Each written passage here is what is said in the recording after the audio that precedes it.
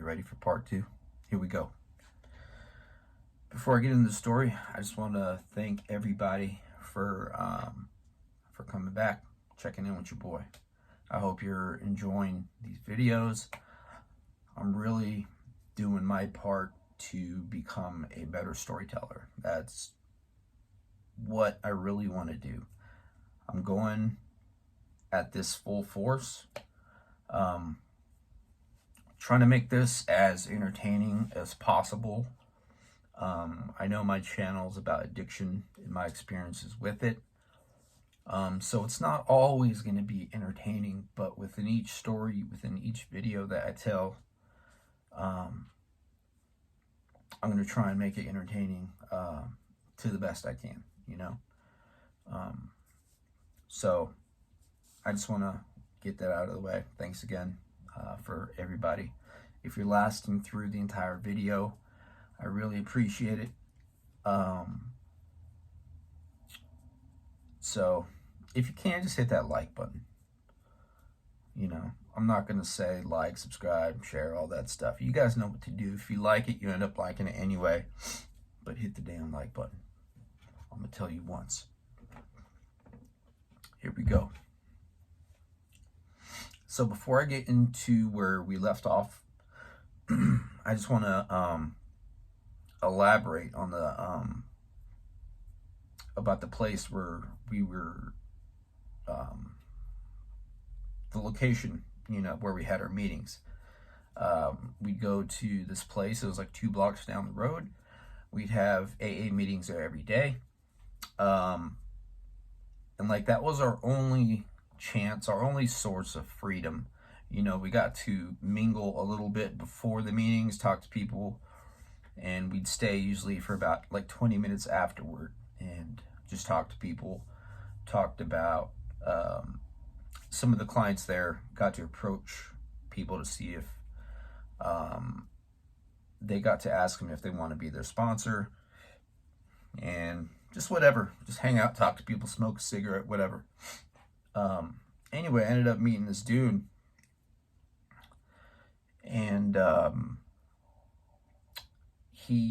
was telling him about Bree,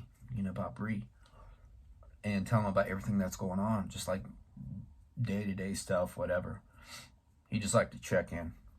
And so one day I acquired 2 prophylactics from him. If you don't know what that is, look it up. That's the word of the day, prophylactics. I'm not sure if I could say the other word on YouTube, so I'm just going to say prophylactics. You know what they do. They save lives. And they sometimes make them if they, you know, if they end up failing, whatever. Anyway, so I got 2 of those sometime before New Year's. So I had those on me. You know, I was locked and loaded, ready to go. All right, so back to the story. So we left off where I got a knock on my door. And usually when there's a knock at the door, it's staff. You know, they do nightly checks just to make sure, for one, the client's there, 2, to make sure he's alive, you know, just to make sure he's not doing anything he's supposed to do. I'm sure they walk in and like smell, just in case they don't smell any drugs or nothing like that.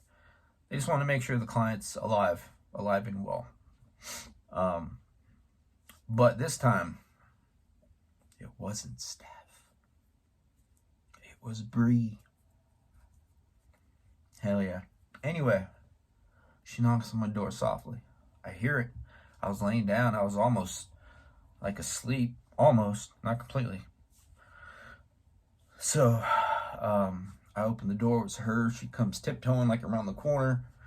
I peek out. Get the pens, throw them, 2 pens at my boy's door. He walks down the hall to the staff office to you know, like disrupt staff while we're doing our thing. Anyway, boom. So that happens. I close my door. Like, her and I look at each other, and like she jumps right in my arms. I carry her like that. I used to wrestle in high school, so I know how to hold these girls, you know what I mean? So, anyway, I take her to my room. Bada bang, bada boom. You know what I mean? So things happen. It was probably the best 3.5 seconds, maybe even 4 seconds of my life, bro. I went in.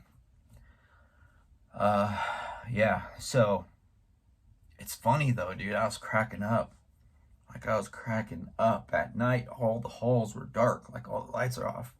So I could just see her like tiptoeing, running down the hall. My room was all the way down the hall, last one on the left. So she had to pack like a freaking backpack full of supplies.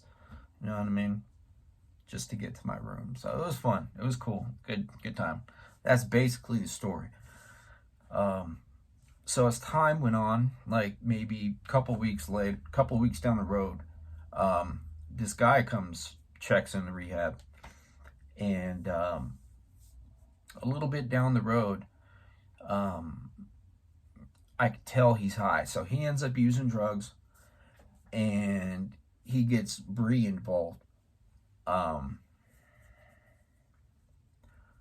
wasn't affected emotionally, mentally, nothing like that. I wasn't jealous. It was nice having the attention, but I had to remind myself that's not why I went to treatment. I went to treatment because I was just sick and tired of being sick and tired. And so Bree ends up relapsing. She's hanging out with this dude. She's not flirting with him, nothing like that, nothing crazy. I don't know what's going on when I'm not around, you know what I mean? But she starts hanging out with dude. She gets popped with a random UA. She drops dirty. She gets kicked out. He gets kicked out. And probably like a day or two after that, she knew what meetings we went to because she was a client there. So she would go to the location where the meetings were at the same time and try and sit next to me. And yeah, dude, I just got turned off. Like, I got turned off. I was working a solid program, except for the rehab romance. Like, I had to do what I got to do. My testosterone was in full effect. I was working out. I was looking good. I was lean. I was strong. Real confident. I was doing yoga. Things were really good. I was solid. And I just had to do what I had to do.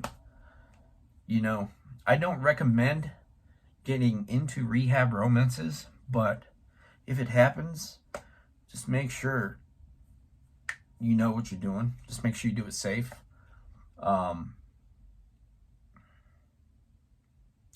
They're crazy. You know, they could end bad. You know, they could end fatally. You know, two people could hook up, and if one's not ready, the other one could talk that person into checking out, going to get high, and you could die. One of them could die. It's crazy. So many things could happen. Boom, you get locked up. So many things could happen. So that's the rehab romance. And I hope that's my last one, because I'm not planning to go back to rehab. So I hope you guys enjoyed the story. If you did, if you made it through the entire story, hit me with 2 thumbs up, the emojis. Also hit that like button. It's the last time I'm going to tell you. I got to get back to work. Later.